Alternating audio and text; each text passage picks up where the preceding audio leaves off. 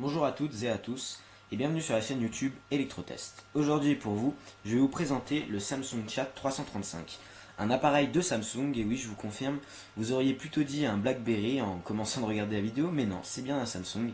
Bon côté design, ça ne manque à personne, ça ressemble vraiment à un BlackBerry. On va faire le tour du propriétaire. Donc en haut, on a l'haut-parleur pour la téléphonie, la marque Samsung, un écran 240 x 320 pixels, 2,4 pouces. Ici, bouton décrocher, raccrocher, menu et retour.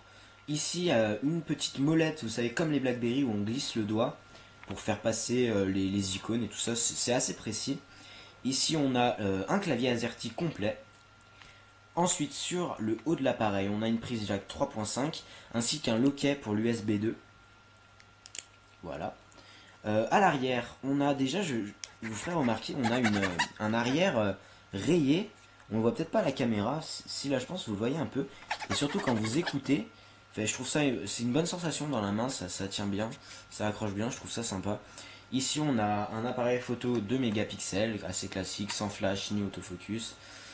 Ici on a l'haut-parleur pour la musique et ici on a la marque Samsung. Là on a un loquet pour enlever la batterie, ouais je pense que c'est ça. Voilà, ici on n'a rien. L'appareil a une épaisseur de 1,9 cm, ce qui est assez fin. En ce moment ça va, c'est correct. Ici on a volume plus, volume moins. Voilà, je vais déverrouiller l'appareil. Donc pour déverrouiller l'appareil, on appuie longtemps sur le bouton Alt. Voilà, donc là il nous indique que le clavier est déverrouillé. Sur cette première page, en haut, on a le réseau, le Edge qui est activé, le profil de son, la batterie et l'heure. Ici, on voit un petit menu paramétrable, je suppose, avec des accès rapides au menu. Donc là, par exemple, on peut voir boîte de réception, créer un nouveau message, aller sur Google directement, accéder à sa musique, accéder aux contacts, accéder à ses fichiers, etc. Bref, voilà. Donc je vais faire le tour des... Et on a bien sûr un fond d'écran paramétrable avec menu, ouvrir et répertoire. Je vais directement aller sur le menu pour faire le tour des applications. Donc on a le journal des appels, classique, les contacts, ça c'est classique, hein. Un petit baladeur musical. Je vais essayer de lancer une petite musique. Allez, toutes les pistes. Alors, toutes les pistes. Je vais essayer de trouver une piste sympa à écouter. Hop, voilà. Donc déjà, on va parler de l'interface musicale. Donc ici, je trouve qu'elle est assez simple, cette interface. On n'a pas beaucoup d'éléments. Là, on a la pochette de l'album, on a le nom de la chanson, l'artiste qui s'affiche ici, le mode de lecture répété, ou etc. Là, on peut, je suppose, avancer, voilà, en appuyant ici. Elle est assez simple, ils n'ont pas fait tellement d'efforts, Samsung, de ce côté-là. Là, on doit pouvoir la partager. Enfin, c'est vraiment du basique, ils n'ont pas cherché plus loin. Et je vais vous faire apprécier le son de ce téléphone.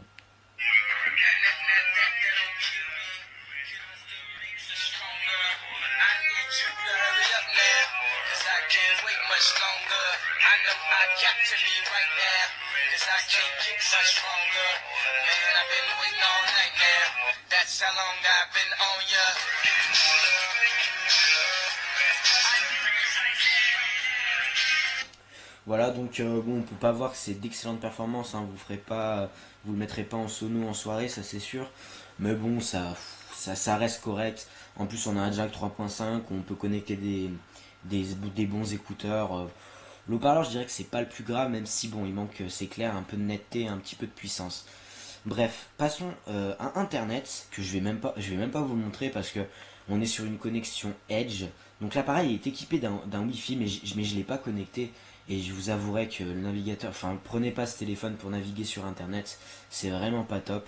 En plus, en 2G, c'est vraiment lent. Enfin, c'est pas le point fort de l'appareil, je dirais. Faut pas l'acheter pour ça. Alors, au niveau des messages, on va rentrer dedans, on va écrire un nouveau message.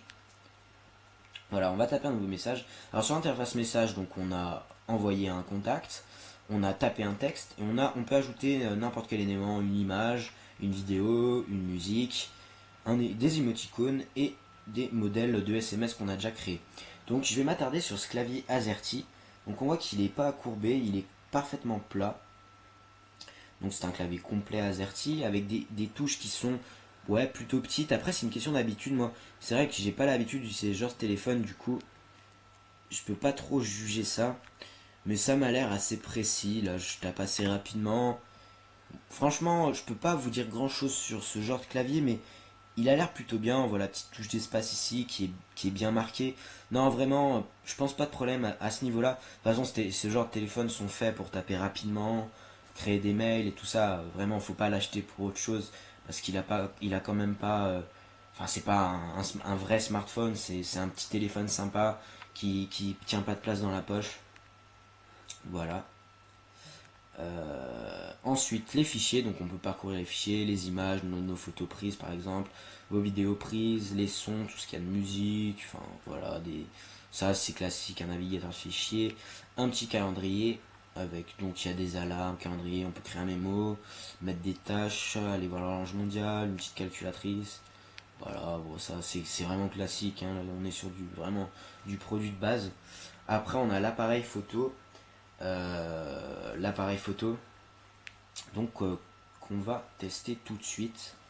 Je vais prendre une photo, je vous demande 2 secondes et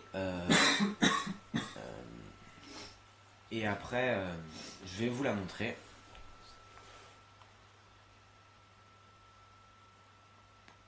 Voilà, donc je viens de prendre une photo et afficher, voilà, photo.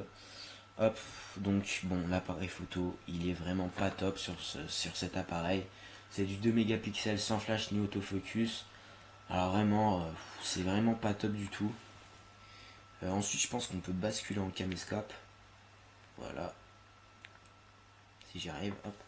Je prends une petite vidéo rapide où là on est aussi sur la résolution très basse, on est en 176 x 144 pixels, ce qui est vraiment très très bas. Je vais prendre une petite vidéo rapidement.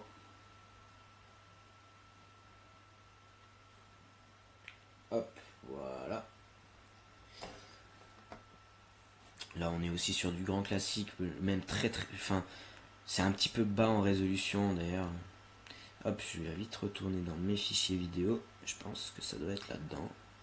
Si j'arrive, hop. C'est pareil, la molette, ça c'est une question d'habitude, mais elle est quand même assez précise, faut l'avouer.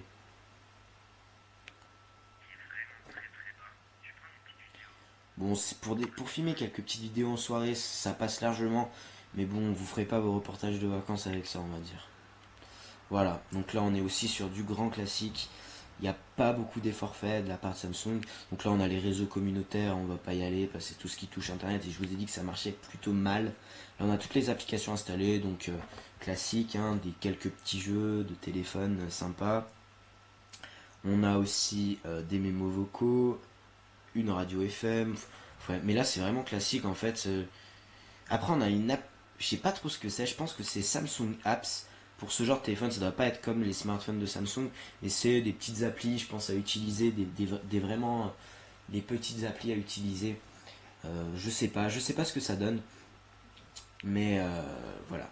Et après, donc on a les paramètres, donc ça c'est du classique, hein, pour régler votre téléphone, c'est bien fait, enfin, ça a l'air vraiment... C'est pas je dirais que c'est pas un téléphone qui est dur d'accès. C'est un téléphone plutôt basique, qui a les bases, mais qui a un clavier AZERTY, et ça c'est quand même important. Qui a un petit appareil photo muni d'un caméscope. C'est un téléphone sympa, mais bon, c'est loin des smartphones du moment, mais ça peut suffire pour les personnes pas très adeptes de la technologie ou qui sont pas folles d'aller naviguer sur internet. Enfin bref, ça peut largement suffire. Voilà, bah je pense que c'est tout ce que j'ai à dire sur ce téléphone que j'ai découvert en même temps que vous, je tiens à vous le dire. Ouais, je pense que c'est tout, vraiment. Donc là on voit l'accès rapide, ouais, qui est vraiment bien foutu. L'accès répertoire, le clavier, voilà. J'ai tout dit là-dessus, je pense. Bref, donc je vous dis à bientôt, à toutes et à tous, pour une prochaine vidéo sur la chaîne YouTube Electrotest, ainsi que maintenant le site electrotest.jindo.fr qui sera dans la description juste en bas. Allez jeter un oeil pour plus d'infos, de photos, un texte complet qui détaillera toutes les fonctions de l'appareil. Bref, je vous donne rendez-vous sur ce site. A bientôt.